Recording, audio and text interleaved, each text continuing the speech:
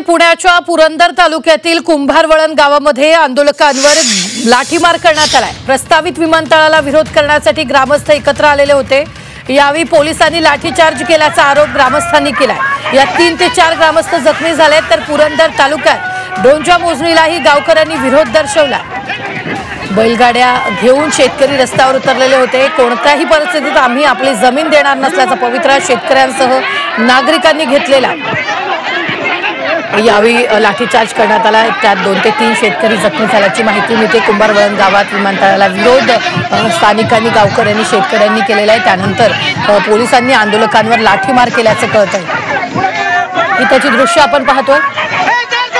पुरंदर तालुक्यात आंदोलकांवर हा लाठीमार करण्यात आलेला आहे।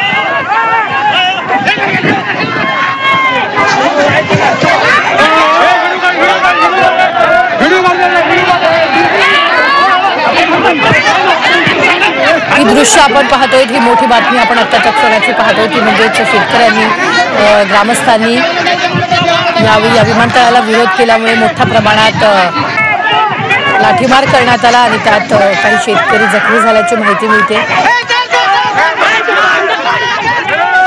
3 ते 4 ग्रामस्थ जखमी झालेत। पुरंदर तालुक्यात ड्रोनच्या मोजणीलाही गावकऱ्यांनी विरोध दर्शवला होता। बैलगाडा घेऊन शेतकरी रस्त्यावर उतरले होते।